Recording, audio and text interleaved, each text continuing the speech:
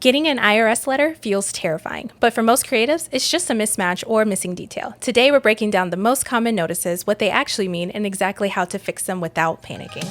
Your creative genius deserves the same precision behind the numbers. Welcome to Let's Get Fiscal, hosted by Anastasia, Myiesha, and Danielle. Part of the women-led team at Coterie Tax. From smart tax moves to cash flow strategy, we decode everything it takes to run a thriving creative business so you can scale with confidence and sleep easy at night.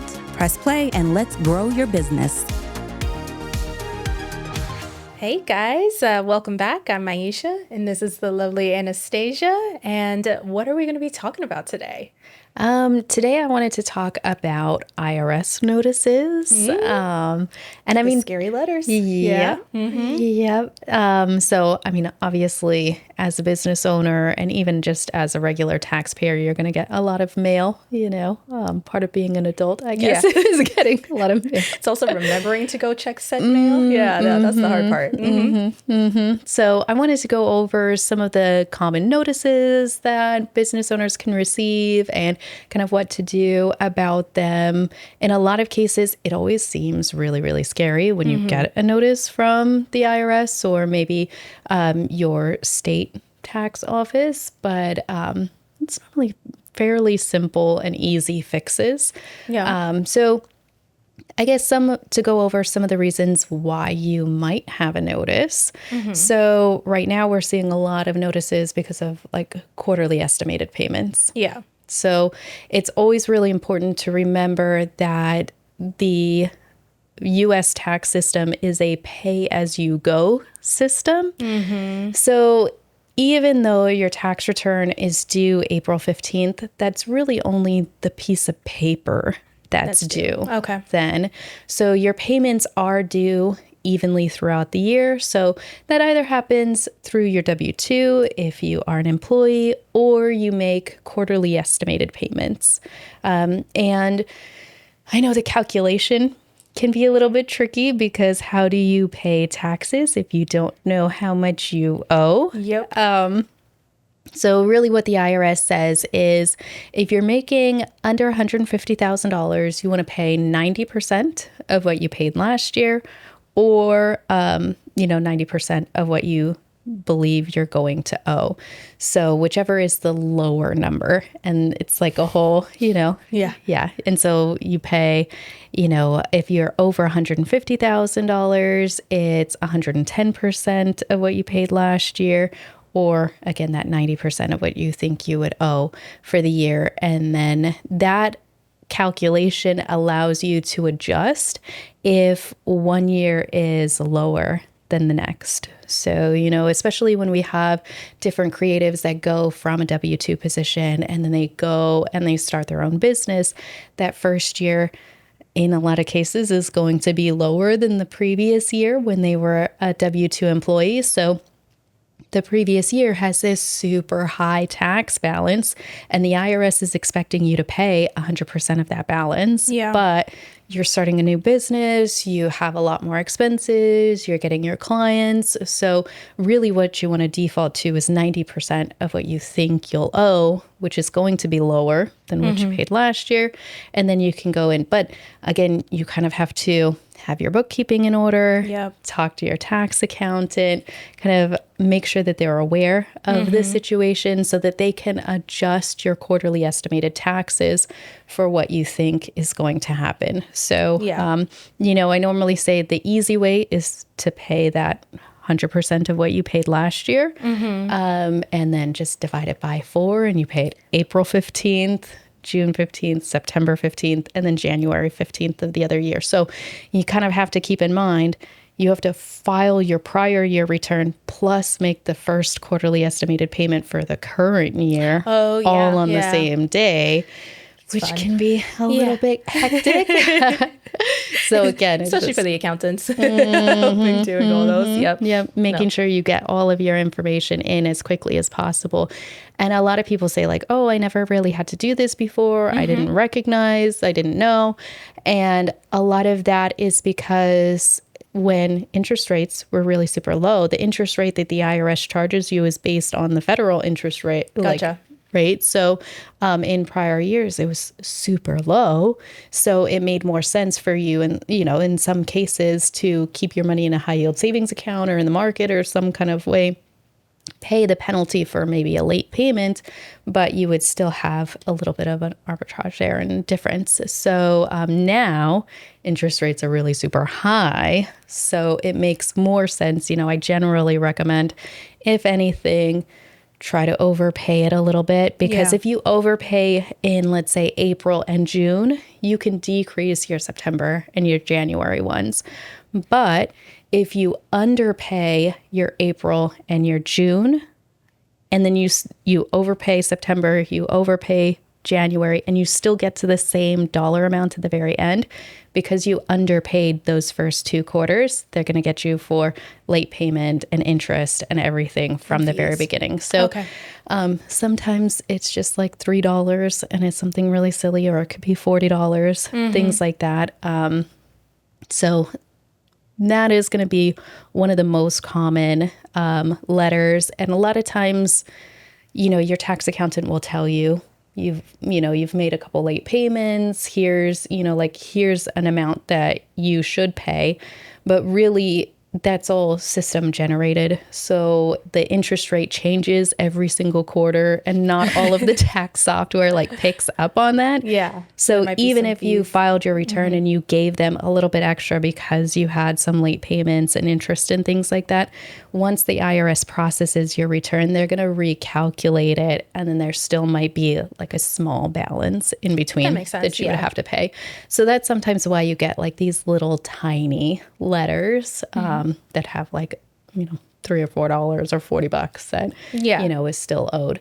So I mean, I have worked at non-creative sectors, and I feel like the creative sectors get a lot more notices, and it's more common for them to get more notices. Is there a reason for that? Is it because they're not always on that W-2 type schedule and things? Is that okay? Yeah, I was curious about that, because I do feel like we see them way more often. Yeah, income is Fluctuates. pretty variable. Okay.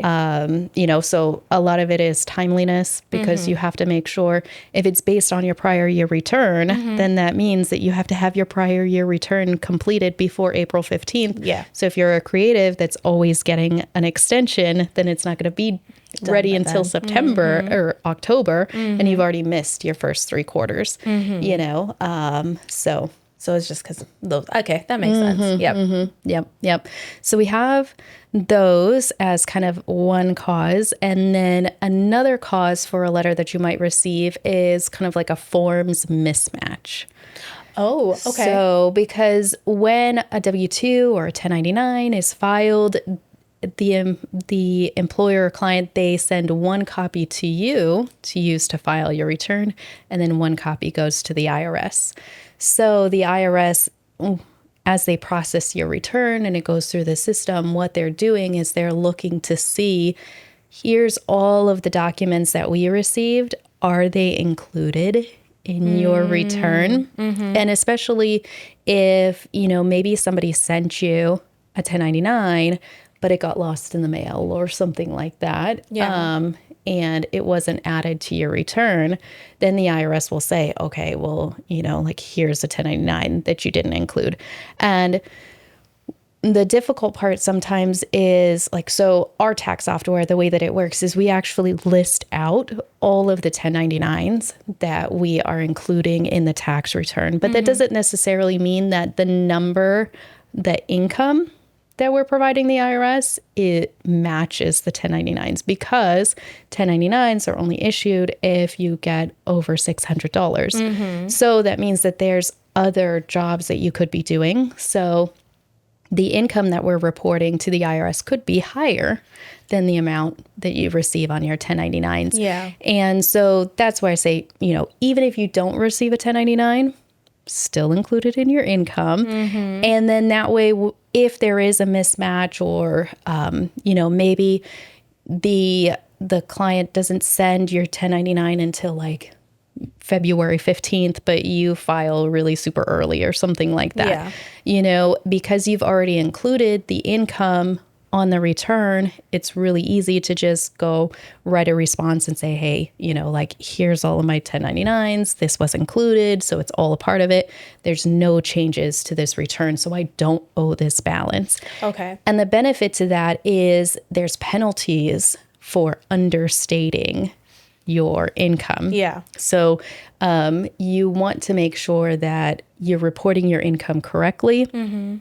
Because if there is a mismatch, then and then you end up owing more depending on how much that additional tax is, you'll have late payment, you'll have interest, and then you'll also have an underpayment penalty for not originally reporting it when you filed your return. Yeah. So just because you didn't get a 1099 doesn't mean you don't claim the income, but also just make sure that you are including all of your 1099s.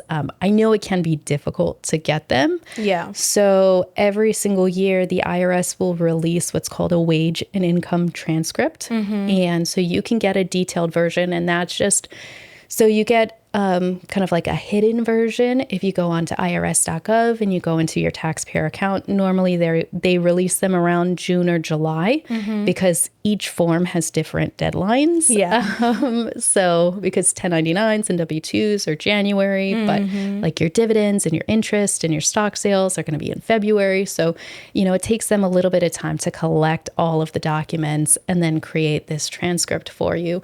But you can go through and either, if you know that you're waiting for a form and you can't collect it from the person that's issuing it to you, you can get an extension. So again, the extension is only for the piece of paper. So you still have to pay what you think you'll owe.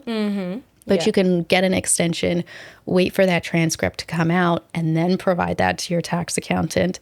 Or you can file your return and then just kind of, in June or July, to make sure that everything was recorded, you can get a copy of that transcript and compare it to the documents that you provided your accountant. And then that way, do I need to do an amended or superseded return or something like that? Or, am I expecting an additional bill? And so there's certain cases where, I've had people where they maybe didn't include an interest form, a 1099 INT, and the balance is going to be relatively low. If you aren't contesting the amount and the form is true and correct, then you can just go ahead and pay the balance that they're saying. Nice. Okay. But, you always have the right to disagree with the IRS. How do you know and when to present. do so? Yeah, like to agree or disagree with something. Is it just like sending it to your accountant to check again? I mean, it's facts and circumstances. So if you didn't include it in your return, then you're going to agree with them. Gotcha. But if you did include it in your return, and it just wasn't part of the e-file system that was sent to their computer, but it was there, then you would disagree and you would provide the reasonings for that. So it's really just like, is this true? And then if so, go with it. Okay, gotcha. Okay. Yep.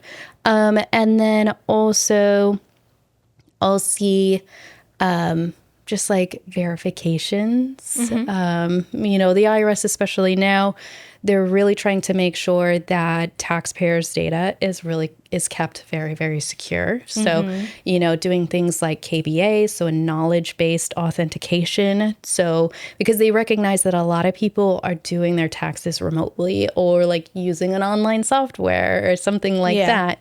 So having some system in there where you're forced to prove that you actually are who you say you are, that should happen kind of at the tax preparer level, but also the IRS sometimes will request additional information just to confirm that you are you. That's fair. Yeah. And sometimes it's just kind of like a random selection or, and in many of these cases, it's an automated system. Gotcha. That's just kind of like, okay, before we send you a check for $50,000, let's make sure this is actually you, that you agree with the return that was submitted, that you're aware of what was submitted on your behalf, and all of that fun stuff. So they'll just, it's a relatively simple form. Sometimes they ask for copies of forms. So I see that a lot with the 1095 A, which is for the healthcare marketplace. So if you're, covered California or one of the other state-sponsored marketplaces for your health insurance, sometimes they ask for copies of that because that's not part of your wage and income transcript. So they don't all, there's some pieces that are kind of hidden by other departments and what have you. So sometimes it's just, can you send us another copy of the return? Can you, just give us a call and, verify certain lines on your return, or you, again, go on to irs.gov and you confirm some information, and then they'll continue processing your return. So that, again, it's just very straightforward, and it's more about protecting the taxpayers than, like opening up an audit or something on, so not anything to necessarily be worried about there. And then, they also do, they have like correspondence audits and things like that. Correspondence audit, okay. Where it's just, they're not going to send an auditor out to you. They're just like asking for more information. So again, it's just kind of like, hey, we saw this thing, but we have additional questions. Can you provide more information that, kind of supports the stance that you took on your tax return? Gotcha. So those can be a little bit more complicated. But like I said, a lot of these things, having your account set up on irs.gov and being able to access it and checking on it is always really good. And then I always say too, like, check on Social Security as well, because Social Security doesn't always talk back and forth. So you want to make sure they're all recording everything too. But it's just another thing that you should be kind of going through, double checking, making sure you have access to, making sure there's no alerts or anything like that. Okay. So what is the worst thing you can do when you receive a letter? Yeah. I would say probably ignoring it. That's fair. Yeah. Definitely seen some scenarios where it's like, this letter says 3 months ago. Yes. So in a lot of cases, there are programs in place for penalty abatement, depending on the scenario. So the IRS does allow for a first-time penalty abatement. So, they understand that things can kind of happen, so you can just call in, request a first-time penalty abatement. And it's basically once every 3 years, as long as you've been filing on time and you're, you've been doing everything that you believe you should have, filed and paid, everything's good to go. They will allow for that first-time penalty abatement. And it's kind of like no questions asked. It was just, kind of like a one-time mistake, and you move forward. And then they do also have like an official penalty abatement process, so like if your mom died and, maybe you didn't file because it was, you have a lot of other paperwork to go through, or you're sick and you're in the hospital, then the IRS is able to waive some of those penalties for not filing. But in most cases, they can't waive the interest. So if you wait on a letter, even if you get the penalty abated, you may still be responsible for the interest that's accruing. So you want to just make sure that you're calling and you're getting it taken care of pretty quickly. And even to that point, making sure that the IRS has your correct address so that you're getting all of the notices. So there are forms where if you move, when you file your tax return, that's kind of your official, here's my updated address. Yeah. And this is where I want you to send all of the documents. But if you move in between those time periods, so you submit in April, but you move in July, you can submit additional paperwork to the IRS to change your address to make sure that you're getting it at the location that you actually have access to pick it up at.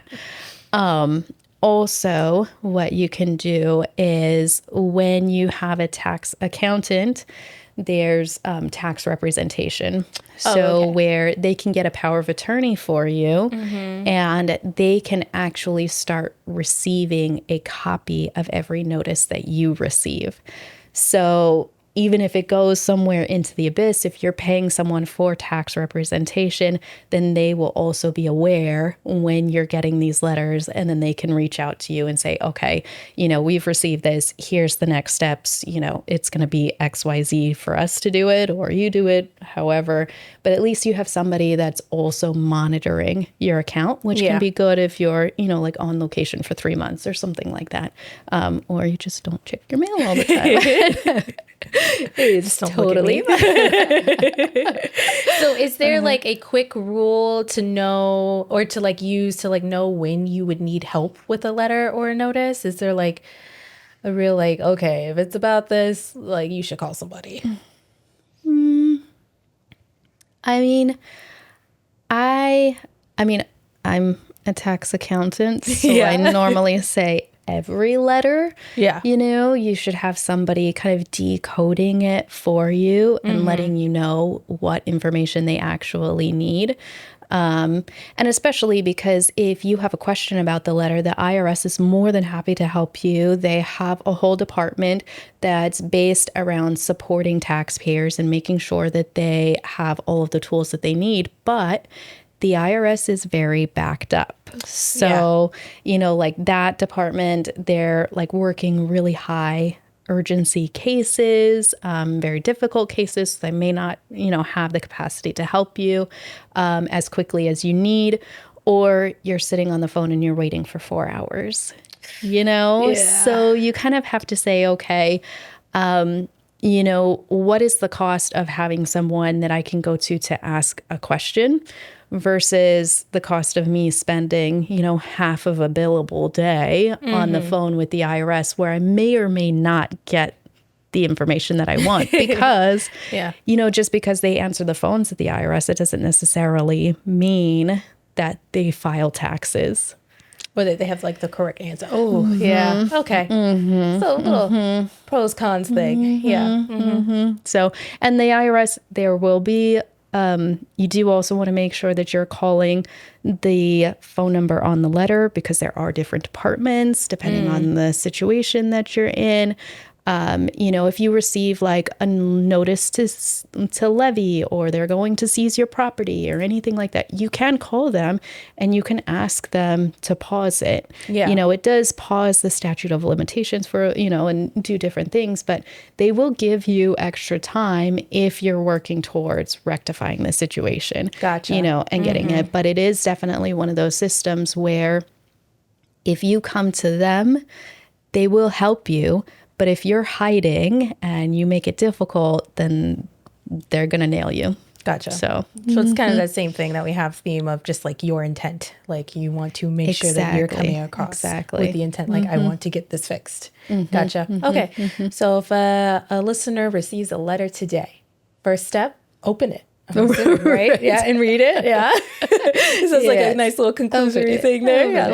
Open it, read it, see what's going on. And then from there, if you have a tax accountant, we're available. Reach out and just see if there's anything that needs to be done. Yep. Perfect. So, and like I said, there's so much scam paperwork that people get, or, we've had some clients saying that the IRS is calling them, and the IRS always sends a letter first. They always send a letter first. So just having somebody to bounce it off and just say, does this look correct to you? Is even valuable, because in California, those statement of information ones where they charge you. $250, and it's for like, something that costs $25. Yeah. Exactly. You have to look, and they hide it. The little thing like, this is not an official letter. It's like hidden in the thing. Yeah. No. I do it for myself when I get letters. I like Google it. Like, is this legit? Like, because the last time I checked, I wasn't in Texas. So how could I have a parking ticket in Texas? Right. Yeah. Right. Like Exactly. So Exactly. Yeah. So a lot of it, like you said, it's going to be about the intent, making sure that you understand the situation fully, what the next steps are, and that you're actively, working towards resolving that situation. Because even with late fees and penalties, you want to use that as like a learning experience and then get on board and start paying your quarterlies kind of moving forward, because you want to have like a relatively clean tax record, because again, you know, you're setting what your intent is. So if you're just constantly late, constantly missing things, constantly, you know, like maybe when something does happen, it'll be a little bit of a bigger hill because you won't qualify for first time penalty abatement in some cases and things like that. So, you know, just making sure that you are kind of up to date and doing your best to kind of stay on top of that. And when you have issues because you're like, well, I know I need to pay quarterlies, but I don't have any money, then again, that's where you need to reach out to the tax accountant so they can recalculate what your true liability actually is and provide you with the different options that are available to you. That makes sense. Well, thank you for breaking it down. I know. Because those letters do look very scary. And there's a lot of text sometimes. And that's fair. Yep. So if you received a scary letter, you have any questions, feel free, put a comment below or send us a message. And we are more than happy to help translate that for you. Bye, guys. That's a wrap on Let's Get Fiscal. Ready to stop guessing and start saving? Click the link in the show notes, grab your consult, and let's make your business work for you, not the other way around. You've got this.